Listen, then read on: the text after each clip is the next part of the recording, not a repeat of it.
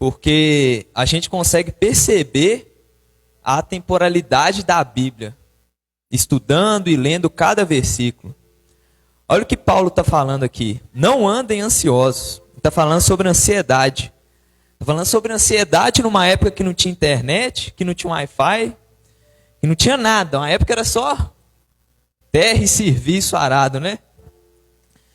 E é interessante que parece que há algumas passagens na Bíblia que são tratadas de maneira profética, né? Inclusive das próprias cartas de Paulo. Como, por exemplo, essa questão da ansiedade, quando Paulo fala sobre a conversão, quando Paulo fala nas cartas de Timóteo sobre aqueles que iriam pregar coisas que não são do ensino, né? Iriam pregar heresia, os falsos profetas, mau testemunho. Em outras cartas também nós vemos aqueles que deixariam a fé, né? Nas cartas de Pedro, Pedro fala disso. E no final dos tempos, muitos abandonariam a fé. Então é muito interessante ver essa temporalidade da Bíblia. E esse texto, ele cabe perfeitamente no nosso dia a dia, né? Hoje o Brasil, ele é país top 1 em transtorno de ansiedade. Top 1. Antes era Estados Unidos, até 2023 era Estados Unidos. E aí ano passado a gente conseguiu assumir a liderança. E olha que beleza. E o que pode estar causando, né? Tanta ansiedade no povo hoje em dia? Talvez seja uma questão política, uma instabilidade política que nós estamos tendo. Toda vez que a gente... Hoje ninguém liga TV mais, né? Poucas pessoas ligam TV, mas toda vez que a gente entra aí numa rede social, a gente vai acompanhar alguma notícia, é só notícia ruim, sempre. Às vezes a gente vai no supermercado, né? Num mês está um preço, mês que vem está mais caro. O pessoal até brinca, né? Hoje está muito mais barato que amanhã, graças a Deus. Eu lembro da época da faculdade, 2023 ainda, que eu ia no supermercado fazer minhas compras. Aí eu pegava um produto assim para comprar e falava assim: rapaz, eu tô sendo roubado, tá? Isso aqui tá caro demais. Em 2023, imagina hoje em 2025. E aí às vezes a gente fica ansioso pensando até, né? 2027, assim, 2 anos já aumentou tanto, imagina daqui a mais 2 anos ainda. Então são várias coisas que nos deixam ansiosos hoje em dia. Mas Paulo ele traz aqui, no versículo 6, uma solução para a nossa ansiedade, né? Não andem ansiosos, mas em tudo, pela oração e súplicas e com ação de graças, apresentem seus pedidos a Deus. Então o que Paulo está falando aqui, e que eu irei repetir, pode até ser um pouco clichê, mas o que é verdade é que em tudo nós temos que entregar a Deus, né? Seja a nossa ansiedade, seja a nossa tristeza, seja um momento de dificuldade. É sempre importante estarmos suplicando. O que é súplica? É a gente pedir insistentemente e com humildade, tendo a fé que Deus vai curar a gente, tendo a fé que Deus vai nos guardar. E é interessante que não é só Paulo que fala sobre ansiedade, né? Lá em Mateus 6, Jesus vai nos alertar, falar para a gente não ficar ansioso com coisa alguma. Olha que interessante. Jesus também já fez aí essa profecia nos ensinando. Mas também tem aquela ansiedade boa, né? O que é uma ansiedade boa? Eu falo por mim, né? Toda vez que eu tenho oportunidade de pregar, eu falo isso. Eu estou namorando, né, gente? Graças a Deus, Deus olhou para o filho amado aí. E daqui uns dias eu vou estar casando, se Deus quiser. E aí, a gente pensa, né? Eu e a Amanda, a gente pensa no contexto de casamento, né? Não, amor, como que vai ser o casamento? Onde que a gente vai morar? No sentido bom, né? Na esperança. Como que vai ser nossos filhos? Será que a gente vai ser avô algum dia? É uma ansiedade boa. Falando um pouco de entretenimento, né? Dia 31 de maio vai ter final da Champions, velho. A gente fica ansioso. Não, velho, tô doido para ver a final da Champions League lá. Hoje, 8h30 vai ter clássico, vou até terminar mais cedo, tá, pai? 8h30 vai ter jogo do Cruzeiro, vou terminar mais cedo. Não, brincadeira, tá, gente? Brincadeira. Se eu terminar mais cedo é porque o sermão mesmo que Deus que mandou, tá? Mas essa é uma ansiedade boa, por quê? Porque não é uma ansiedade que trava a gente. É uma ansiedade que nos deixa felizes em viver, em se alegrar e se regozijar nas coisas de Deus. Por exemplo, o casamento é uma bênção de Deus, né? Então, quando eu falo que eu estou ansioso para casar, é no sentido bom, né? Para viver a bênção do casamento. Né? Foi uma das primeiras ordenanças que Deus deixou para nós. Quando Adão fala, né? Deixará teu pai e tua mãe e unirá o homem à sua mulher. Adão não tinha nem pai nem mãe, mas ele deixou lá o mandamento para a gente. Amém? E olha que interessante. Paulo, ele continua aqui, né? Mas em tudo, pela oração e súplicas e com ação de graças, apresentem seus pedidos a Deus. E assim, nesse momento que nós apresentarmos nossos pedidos a Deus, que nós entregarmos nossas súplicas, nós nos humilharmos, nos ajoelharmos perante Deus, o que vai acontecer? Paulo continua no versículo 7. E a paz de Deus, que excede todo o entendimento, guardará o coração e a mente de vocês em Cristo Jesus. Amém. Olha que interessante. Jesus, novamente, né? A Bíblia se conectando. Em João 14, 27, Jesus vai falar: Deixo-lhes a paz, a minha paz lhes dou. Não a dou como o mundo a dá. Não se turbe o seu coração, nem tenham medo. Então, em João 14, 27, Jesus já nos fala dessa paz que ele deixaria para a gente. E agora, em Filipenses, Paulo fala novamente da paz de Deus, que excede todo o entendimento. Parece muito simples, né? Eu falo por mim que eu cresci na igreja. Creio que muitos aqui também cresceram na igreja. E, de certa forma, a gente se acostuma, né? Com a palavra e às vezes não dá tanta importância. Mas olha só o privilégio que nós temos aqui. O privilégio que Paulo está dando para nós.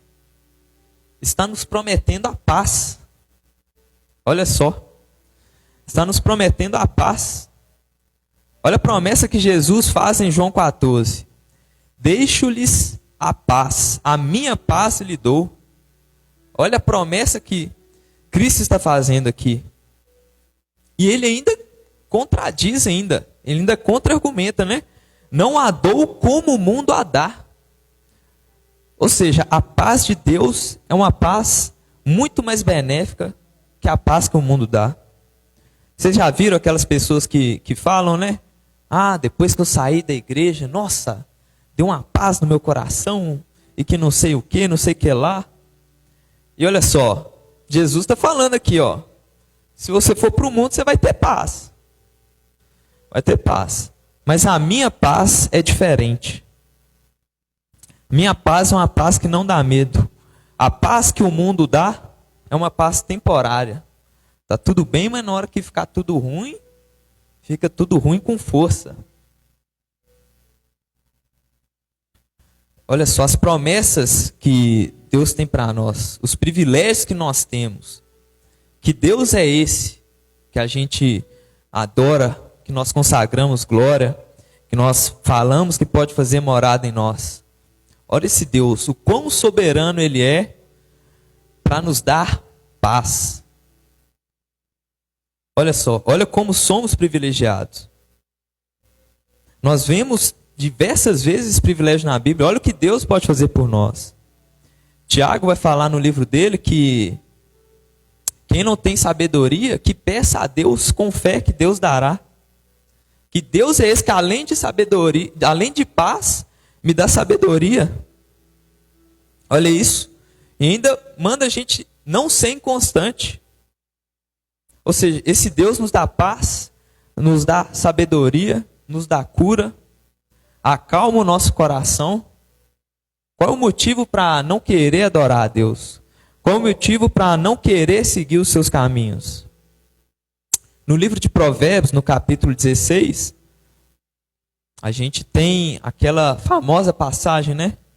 Que o homem faz planos, o coração do homem faz planos, mas o caminho do Senhor, que é o correto, aquele que segue o caminho do Senhor, tem os benefícios do seu desígnio. Olha que bênção. E aí, passando um pouco, né? Talvez vai parecer que eu esteja deslocando da mensagem, mas quando a gente vê, aqui Paulo está nos prometendo a paz. Em Tiago, vai falar que se nós pedirmos a Deus, Deus nos dá com sabedoria. E olha só, outra coisa, em Tiago também vai falar que confesse os seus pecados a Deus e você será perdoado. E confesse o seu pecado uns aos outros e será curado.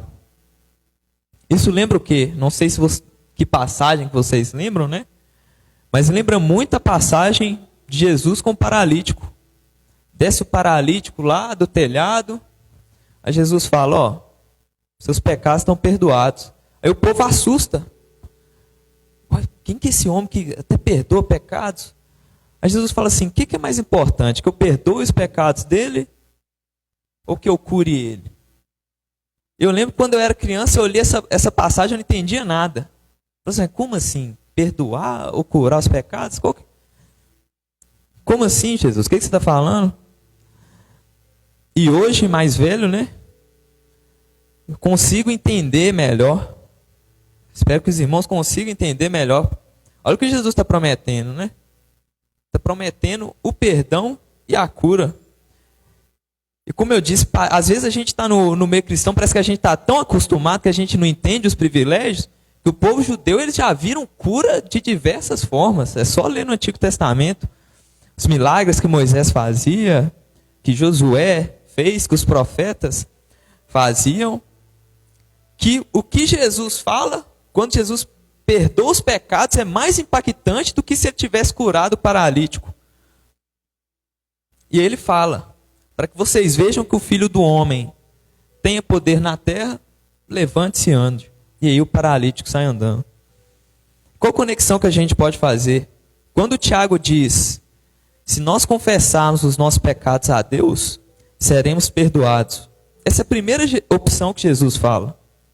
Primeira opção que Jesus fala. O que é mais importante, perdoar ou curar? É a primeira opção. E aí Tiago continua. Se nós confessarmos nossos pecados uns aos outros, seremos curados. Essa é a segunda opção. E olha só, a gente pode ter as duas. Assim como o paralítico, nós podemos ter as duas opções. Talvez, né? Ninguém aqui esteja com uma doença, mas a questão de cura que Tiago fala é até uma cura de libertação, né? Andar com companheiros e sermos libertos, às vezes de algum vício ou de algum pecado, sermos corrigidos. E a gente tem o privilégio de ter tanto perdão quanto a cura. Seja uma cura física, seja uma cura emocional, como a questão da ansiedade que Paulo está apresentando aqui para nós. Eu não sei vocês, mas se eu tivesse que escolher entre ser paralítico ou ter meus pecados perdoados, talvez eu vivesse o resto da minha vida sem andar. O que é mais importante? Se andar, tá todo curado, mas ir para o inferno? Ou ir para o céu, né, sem a sua cura? Mas, graças a Deus, no nome de Jesus, hoje nós temos as duas opções. Amém? E olha que interessante. É interessante como Paulo fala aqui. E a paz de Deus, que excede todo o entendimento, guardará o coração e a mente de vocês em Cristo Jesus. O coração e a mente. É uma luta constante, né? Entre a carne e o espírito. É muito interessante como Paulo ele foca aqui, né? no coração e na mente. E aí no versículo 8, ele vai continuar falando sobre os nossos pensamentos. Finalmente, irmãos, tudo que for verdadeiro, tudo que for nobre, tudo que for correto, tudo que for puro, tudo que for amável, tudo que for de boa fama, se houver algo de excelente ou digno de louvor, pensem nessas coisas. Olha o foco que ele dá aqui no pensamento. E aí fica a recomendação, tá, do capítulo 4 de Filipenses, caso vocês queiram ler em casa. É muito interessante que um pouco mais para frente, o mesmo Paulo vai falar o seguinte: eu aprendi a viver contente em qualquer situação. Seja bem alimentado, seja com fome, tendo muito ou passando necessidade. Imagina o cérebro desse cara. Esse cara era blindado. E Paulo sofreu. Simplesmente saiu de um dos maiores perseguidores de cristãos para um dos maiores evangelistas. Tudo que ele passou, toda a perseguição, as prisões, ameaças de morte, fome, necessidade. E aqui ele dá o foco para nós. Pense em tudo que é verdadeiro, nobre, correto. Hoje é muito interessante vermos como estão conectadas essas coisas. Ansiedade com o nosso pensamento. Porque às vezes o mesmo lugar que faz alguém ficar motivado, faz outra pessoa ficar desmotivada. Mesma maneira que às vezes eu falo, né? Falei sobre o casamento, como eu trato como uma bênção quando eu for casar. Talvez tem gente que pense no casamento de uma maneira completamente espantosa. Nossa, eu estou namorando, daqui a pouco eu vou ter que casar? Deus me livre. Nó. Mesma maneira que eu às vezes fico ansioso, né, para quando tiver um filho. Tem pessoas que quando descobrem que estão grávidos, bate aquele desespero, bate aquela tristeza. Como explicar isso? É a mente que explica isso, né? Antes de qualquer pecado acontecer, o pecado começa aqui, na mente. O nosso cérebro é a ferramenta mais poderosa que Deus nos deu. Isso, inclusive, impacta até na nossa ansiedade, né? Quantas vezes você entra lá no Instagram, ninguém é triste, né? Instagram, até na hora de ficar triste, o povo consegue transformar em fama. Mas é necessário que nós saibamos nos blindar. Amém? Nosso cérebro, ele é uma ferramenta poderosa. E é necessário que nós possamos aprender a pensar em tudo que é verdadeiro, que é nobre, que é correto. E tem um contraponto, né? Que se a gente, né, se Paulo nos instrui a pensar em todas essas coisas boas, há aquelas pessoas que só pensam no contrário disso aqui. Só pensam em ódio, são cheios de inveja, cheios de amargura no coração, encontram problemas até onde não tem. E novamente, é tudo uma conexão, né? A paz de Deus, que excede todo entendimento, guardará o nosso coração e a nossa mente, né? E tudo que for de boa fama para nós pensarmos, se houver algo de excelente ou digno de louvor. Mas quem é aquele? Como é possível alcançar isso? Apenas nos convertendo e seguindo os caminhos do Senhor. Quando nós temos a paz de Deus, não há momento para pensar em coisas ruins. Você pode até pensar por um milésimo de segundo, mas aí você para, olha para o céu e deposita sua fé em Deus. Deposita honra e glória a Deus.